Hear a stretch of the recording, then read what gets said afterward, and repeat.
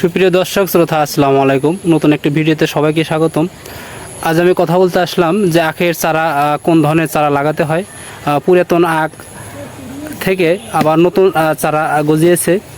দেখতেই পাচ্ছেন যে ভিডিওটিতে পুরাতন আখ ছিল, মূলত আখ খাওয়া শেষ, এখন আখের গোড়া থেকে নতুন চারা গজাইছে এবং এই চারাগুলো কিভাবে আবার রোপণ করতে হবে।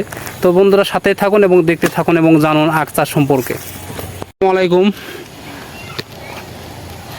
ভাই, আসলে এই আখ ক্ষেত উঠেছেন কেন? কতদিন হলো এই আখ দিয়েছিলেন? ফসল হাল তো আচ্ছা, 3 ফসল হাই হলো, 3 ফসল হাই আছে এখন। তো তাই এবার আসলে হবো, কিন্তু এখন না আসলে আখ আসলে উনি কিন্তু অলরেডি এখান থেকে প্রায় 3 বছর পূর্বে লাগাইছিল। প্রায় এই এক ক্ষেত থেকে 3 বছর উনি একই চারা থেকে 3 বছর উনি আখ পেয়েছে। তো উনি আবার এগুলো আখ উঠেছে, আবার নতুন করে লাগাবে জমিটা পরিষ্কার করার জন্য। দেখতে পাচ্ছেন জমিটা কিন্তু এখানে অলরেডি পরিষ্কার করতেছে এবং এখানে পরিষ্কার করার পর আবার নতুনভাবে এখানে আবার আখ রোপণ করবে।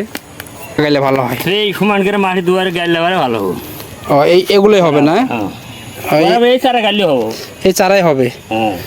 ও আচ্ছা আচ্ছা, এগুলো আপনার আর যেগুলো মানুষ ওই আখ কাটে লাগায় ওগুলো পুর লাগায়, পুর 2 ফুর করে কাটে না লাগে, এগুলো ভালো হয় করছে না? এলে ভালো হয়, মোটা গেলে ভালো হয়, মোটা সবচেয়ে ভালো হয়।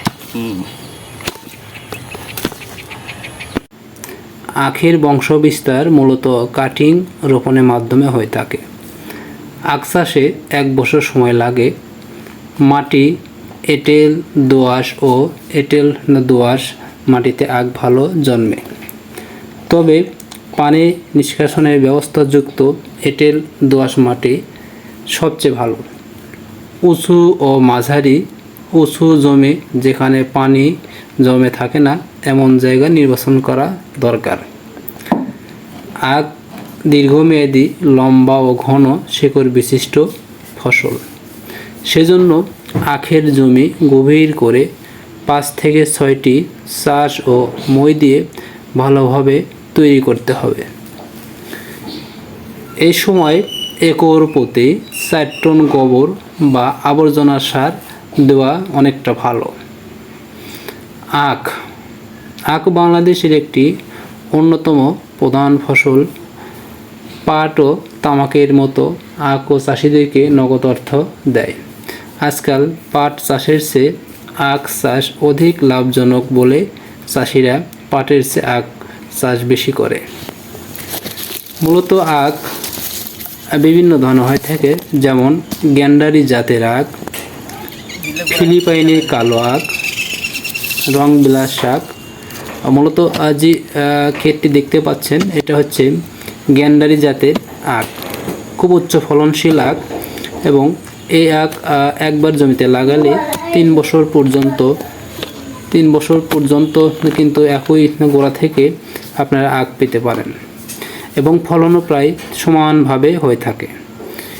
দেখতে পাচ্ছেন যে আখের এই ক্ষেতটি প্রায় 3 বছর অলরেডি অতিবাহিত হয়েছে, তারপরেও আখের গোড়া থেকে নতুন কুশি বা চারা বের হয়েছে, একদম সতেজ চারা, এবং প্রত্যেকটি আখের গোড়াতেই কিন্তু অসংখ্য নতুন চারার কুশি বের হয়েছে এবং এগুলো লাগালে সবচেয়ে ভালো হয়।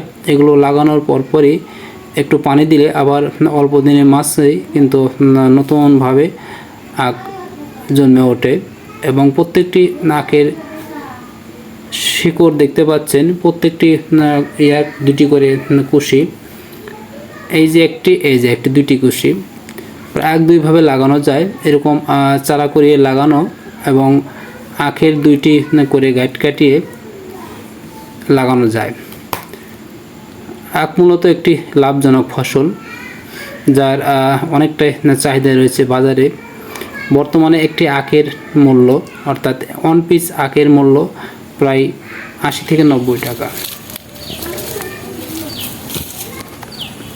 এবং জমিগুলো কিন্তু খুব দোআঁশ মাটি, যার কারণে আখ সবচেয়ে বেশি জন্মে এবং শিকড়গুলো অনেকটাই গভীরে চলে যায়, যার কারণে অধিক ঝড়েও কিন্তু আখ হেলে গেলেও গোড়া কোনোভাবেই উপড়িয়ে পড়বে না। তো প্রিয় দর্শক, সাথে থাকার জন্য ধন্যবাদ। এরকম নিত্য নতুন ভিডিও দেখার জন্য অবশ্যই সুজন এগ্রো চ্যানেলটি সাবস্ক্রাইব করে রাখুন এবং আপনার ফসলের যে কোনো তথ্য জানার জন্য আমাকে কমেন্টে জানাতে পারেন। সবাইকে ধন্যবাদ। আসসালামু আলাইকুম রহমতুল্লাহি ওয়া বারাকাতুহু।